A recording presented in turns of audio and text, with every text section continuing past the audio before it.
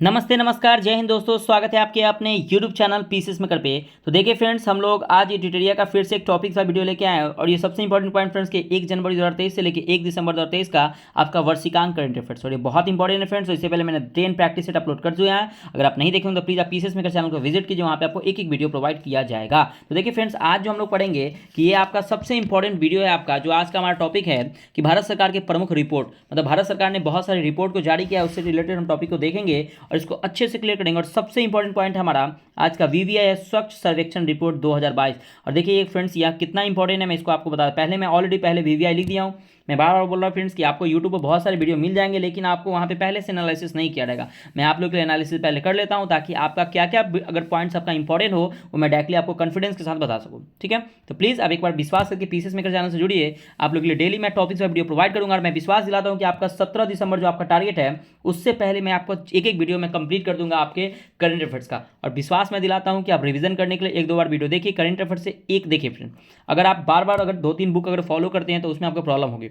आप एक ही बुक को फॉलो कीजिए लेकिन अच्छे से कीजिए, ठीक है ना, कॉन्फिडेंस लेवल को बिल्डअप कीजिए तो ज़्यादा अच्छा रहेगा। और 3-4 बुक पढ़ने के चक्कर में रहेगा तो ना आप इधर पढ़ पाइएगा ना उधर पढ़ पाइएगा। 2-3 बार और याद कुछ देख होता है फ्रेंड्स कि आप लोगों को कुछ डेटा याद नहीं होता है, तो कोई बात नहीं, आप एक बार नहीं 2 बार उसको देखिए, ठीक है। और इसका मैं पीडीएफ आपको भेज दूंगा, आप टेलीग्राम से ज्वाइन होकर इसका पीडीएफ भी ले सकते हैं, ठीक है फ्रेंड्स। तो सबसे इंपॉर्टेंट पॉइंट देखते हैं कि स्वच्छ सर्वेक्षण रिपोर्ट 2022 ये 7वां संस्करण है, याद रखिएगा, ठीक है। अब इसको जारी कौन करता है तो केंद्रीय आवास और शहरी मंत्रालय, ठीक है। तो पता है आपको कि केंद्रीय आवास और शहरी मंत्रालय कौन है, तो क्या है पता है कि हरदीप सिंह पुरी हैं, तो उन्होंने ये जारी करते हैं। अगर हम बात करते हैं क्या कि जनसंख्या के आधार पर शहरों का वर्गीकरण कर रैंकिंग की जारी की जाती है, ठीक है। लेकिन अगर बात करें, याद रखिए ये सबसे इंपॉर्टेंट कि 6ठी बार इंदौर लगातार प्रथम स्थान पर रहा है, ठीक है। भारत का सबसे स्वच्छ शहर शहर क्या घोषित किया गया है, ठीक है, कौन, तो इंदौर। तो देखिए फ्रेंड्स, आपको तो पता है कि इंदौर लगातार है, लेकिन पूछ देखिए दूसरे स्थान पे कौन है, तो सूरत गुजरात, और तीसरे पे है नवी मुंबई को इस रैंकिंग में क्रमशः दूसरा तीसरा स्थान प्राप्त हुआ है। तो ये आप याद रखिएगा फ्रेंड्स, दूसरा स्थान पे सूरत और तीसरा स्थान पे नवी मुंबई है। ये बहुत इंपॉर्टेंट, आपको हमेशा ये पढ़ने को मिल जाएगा, क्वेश्चन घुमा दिया तो थोड़ा सा आप लोग भी घूम सकते हैं, इसलिए ध्यान रखिएगा, ठीक है। चलिए देखिए, यहाँ पे 2 श्रेणी में एक दिया, देखिए। और बात करते हैं क्या 1 लाख से अधिक जनसंख्या के श्रेणी में इंदौर मध्य प्रदेश सबसे स्वच्छ शहर है, और 1 लाख से कम जनसंख्या के श्रेणी में पंचगनी महाराष्ट्र है। तो दोनों याद रखिएगा, 1 लाख से ज़्यादा पूछे तो इंदौर, और 1 लाख से कम पूछे जनसंख्या में तो पंचगनी महाराष्ट्र, ठीक है। अगर ऐसे पूछे कि प्रथम स्थान किसका है, इंदौर का, दूसरा स्थान सूरत का, तीसरा स्थान नवी मुंबई का है, तो ये ऐसे याद रखिएगा, ठीक है। चलिए अगर बात करें कि 100 से अधिक शहरी स्थानीय निकाय वाले राज्यों में सबसे स्वच्छ राज्य का अवार्ड दिया गया मध्य प्रदेश को, और 100 से कम शहरी स्थानीय निकाय वाले राज्य में सबसे स्वच्छ राज्य का अवार्ड दिया गया है त्रिपुरा को मिला है, ठीक है। चलिए अगर हम बात करते हैं क्या कि फास्टेस्ट मूवर सिटी की अवार्ड, देखिए शिवमोग्गा कर्नाटक को दिया गया है, मतलब फास्टेस्ट मूवर, मतलब कि तेजी से सिटी की ओर बढ़ रहा है, तो इसका अवार्ड किसे दिया गया है, तो शिवमोग्गा कर्नाटक को दिया गया है। चलिए अगर हम बात करते हैं क्या कि हरिद्वार को 1 लाख से अधिक आबादी वाले शहरों में सर्वश्रेष्ठ गंगा शहर घोषित किया गया। देखिए अगर हम बात करें ना, 1 लाख से अधिक आबादी वाले शहरों में सर्वश्रेष्ठ गंगा शहर घोषित किया गया किसे, तो हरिद्वार को किया गया, तो ये इंपॉर्टेंट देख लीजिएगा।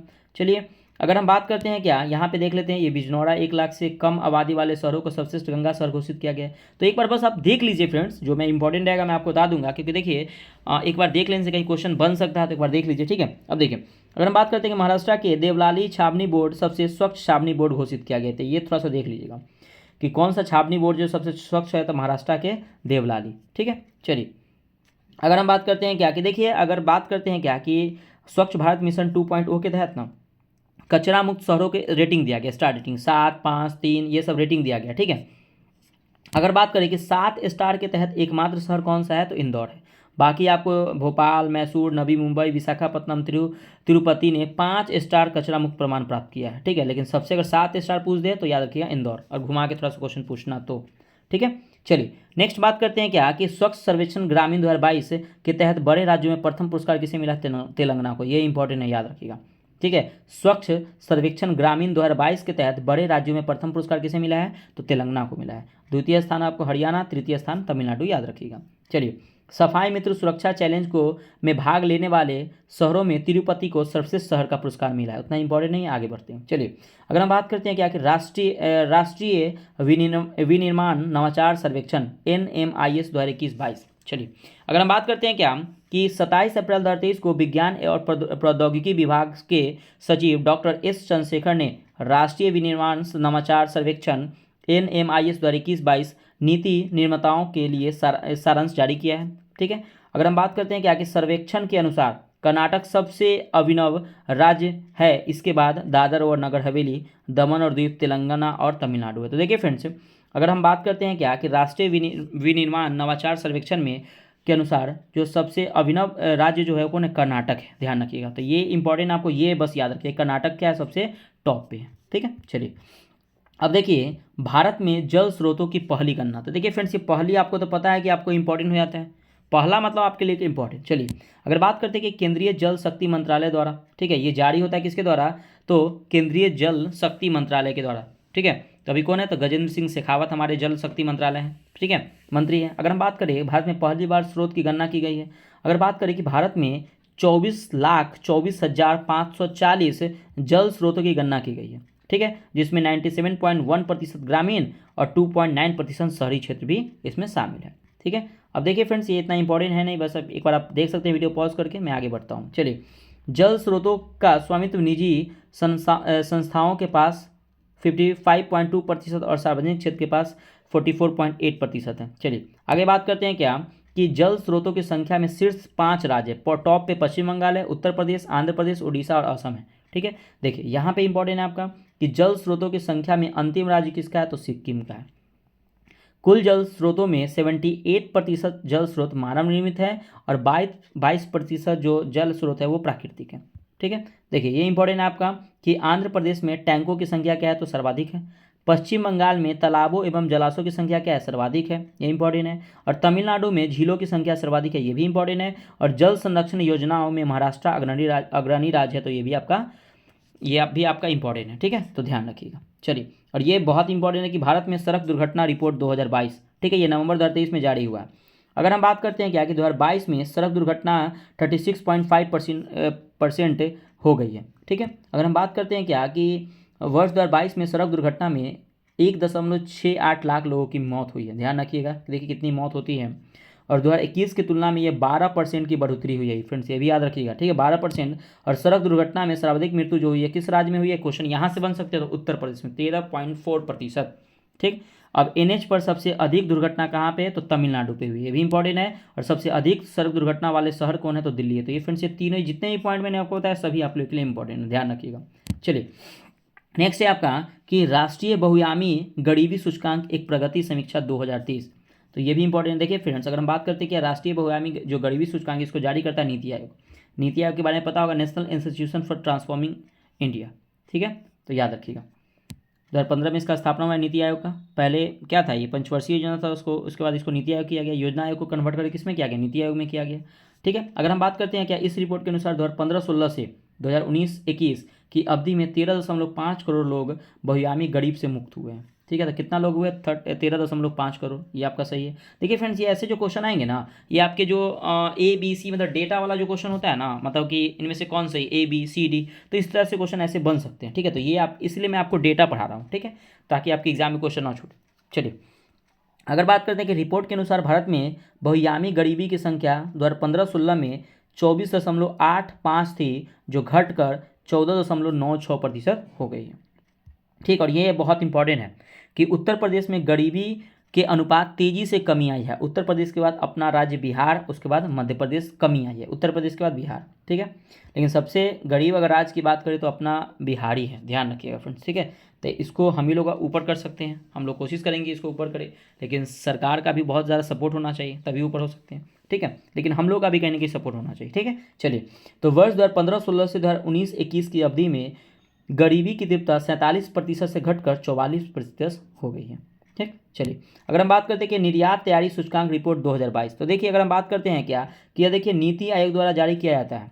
ठीक है, यह तीसरा संस्करण है जो नीति आयोग के द्वारा जारी किया जाता है। ठीक, अगर हम बात करते हैं क्या कि राज्यों में शीर्ष 3 राज्य तमिलनाडु, महाराष्ट्र, कर्नाटक है।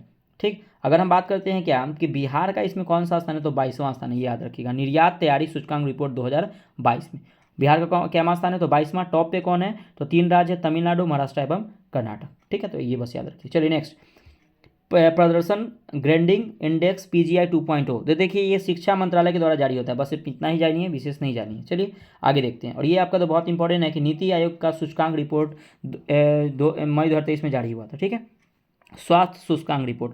तो देखिए ये जो नीति आयोग जो होता है ना, विश्व बैंक और स्वास्थ्य एवं परिवार कल्याण मंत्रालय के सहयोग से ये नीति आयोग जारी करता है रिपोर्ट। 2020-21 में जारी किया गया था। अगर हम बात करते हैं क्या कि 19 बड़े राज्यों के शीर्ष 3 राज्य केरल, तमिलनाडु और तेलंगाना। 19 बड़े राज्यों के अंतिम 2 स्थान है। बिहार का सबसे निचला स्थान है 19वां, उसके बाद है उत्तर प्रदेश का। देखिए फ्रेंड्स, बिहार का बहुत स्थिति खराब है, 19वां स्थान है, और उत्तर प्रदेश का 18वां स्थान है। ठीक।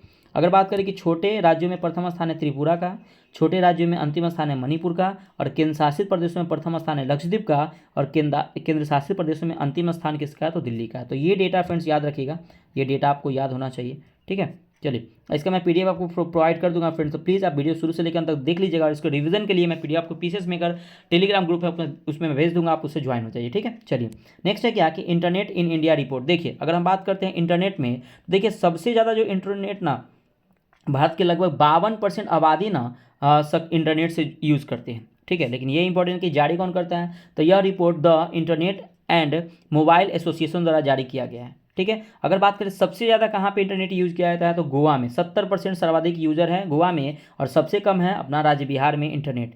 ठीक है, तो 32%, 32% जो है इंटरनेट यूजर है हमारे बिहार में। तो ये भी आप लोग याद रखिएगा। ठीक है, चलिए अगर हम बात करते हैं कि उच्च शिक्षण संस्थाओं की इंडिया रैंकिंग, देखिए ये इंपॉर्टेंट 2023 में बात करें कि NIRF इंडिया रैंकिंग 2023 जून 2023 में ये जारी हुआ था। ठीक, अगर हम बात करते हैं केंद्रीय शिक्षा और विदेश राज्य मंत्री कौन है, डॉक्टर राजकुमार रंजन सिंह ने national institutional ranking framework NIRF के अंतर्गत भारत के उच्च प्रशिक्षण संस्थाओं को ऑल इंडिया रैंकिंग 2023 जारी किया है, जो कैवा संस्करण है तो 8वां संस्करण है। यहाँ पे इंपॉर्टेंट है कि ऑल ओवर श्रेणी में IIT मद्रास लगातार 5वीं बार टॉप स्थान पे आया है। ठीक है, तो ये याद रखिए IIT मद्रास लगातार 5वीं बार आया है। विश्वविद्यालय श्रेणी में भारतीय विज्ञान संस्था IISc बेंगलुरु जो टॉप पे है। ठीक, अगर हम बात करें इंजीनियरिंग श्रेणी में तो IIT मद्रास इसमें भी टॉप पे है। अगर बात करें प्रबंधन श्रेणी में तो IIM अहमदाबाद, और चिकित्सा श्रेणी में कौन है तो एम्स दिल्ली जो है वो टॉप पे आया है। ठीक है, और एक और है आपका कि national law school of India, ये भी मतलब कि टॉप पे है। ये सॉरी विधि कानून की श्रेणी में जो है आपका national law school of India university Bengaluru, ये क्या है तो टॉप पे है। ठीक है, अगर हम बात करते हैं कि आगे देखिए कि वास्तुकला श्रेणी में IIT रुड़की टॉप पे है। ठीक है, इनोवेशन श्रेणी में IIT कानपुर टॉप पे है, और फार्मेसी श्रेणी में national institution of the pharmaceutical education and research मतलब हैदराबाद ये टॉप पे है, और कॉलेज श्रेणी में आपका मिरांड हाउस दिल्ली टॉप पे है। और नेक्स्ट है आपका कि कृषि और संबंध क्षेत्रों में आपके भारतीय कृषि अनुसंधान संस्था नई दिल्ली टॉप पे है। ठीक है, चलिए नेक्स्ट है फ्रेंड्स आपका कि राज्य ऊर्जा दक्षता सूचकांक 2021-22। तो अगर हम बात करते हैं क्या कि केंद्रीय विद्युत और नवीकरणीय ऊर्जा मंत्री कौन है तो श्री RK सिंह है। तो ये याद रखें, यहाँ से क्वेश्चन आ जाएंगे कि केंद्रीय विद्युत और नवीकरणीय ऊर्जा मंत्री कौन है तो श्री RK सिंह। और राज्य के उच्च दक्षता सूचकांक 2021-22 रिपोर्ट जारी किया है। ठीक है, अगर हम बात करते हैं क्या कि इसमें आपको 60 अंक से अधिक स्कोर वाले राज्य शामिल है, और 50 से 60 अंक के बीच वाले स्कोर भी इसमें शामिल है। ठीक है, तो 5 राज्य आपका आंध्र प्रदेश, कर्नाटक, केरल, राजस्थान और तेलंगाना फ्रंट रनर श्रेणी पे, मतलब कि 60 अंक से अधिक प्राप्त हुआ है। बाकी जो 4 राज्य हैं असम, हरियाणा, महाराष्ट्र और पंजाब अचीवर श्रेणी जो है ये 50-60 अंक के बीच में स्कोर वाला राज्य। ठीक है, देखिए फ्रेंड्स ये आपके विभिन्न जो पत्रिका था मैं इससे रिलेटेड आपको क्वेश्चन बता दिया हूँ। और देखिए फ्रेंड्स यहाँ से आपको 1-2 क्वेश्चन यहाँ से बन सकते हैं, तो प्लीज़ आप वीडियो को मिस मत कीजिए, क्योंकि आप लोग के सभी वीडियो बहुत ज़्यादा इंपॉर्टेंट है आपके करंट अफेयर्स से। देखिए फ्रेंड हम लोग कभी कभी कंफ्यूज हो जाता है कि फ्रेंड्स करंट अफेयर्स कहाँ से जाता है, अरे ये तो पढ़े नहीं, ये कहाँ से पूछ दिया नहीं पता चला। तो एक बार पढ़िए, आप पढ़िएगा तो आपको जरूर क्वेश्चन लड़ेंगे। ठीक है, तो एक बार विश्वास एक बार देख के जाइए उसको, ताकि आपका क्वेश्चन एक भी ना छूटे, आपका डाउट हमेशा क्या रहा है फ्रेंड्स तो क्लियर है।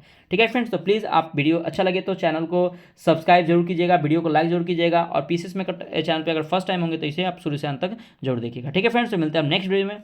बाय बाय, जय हिंद दोस्तों।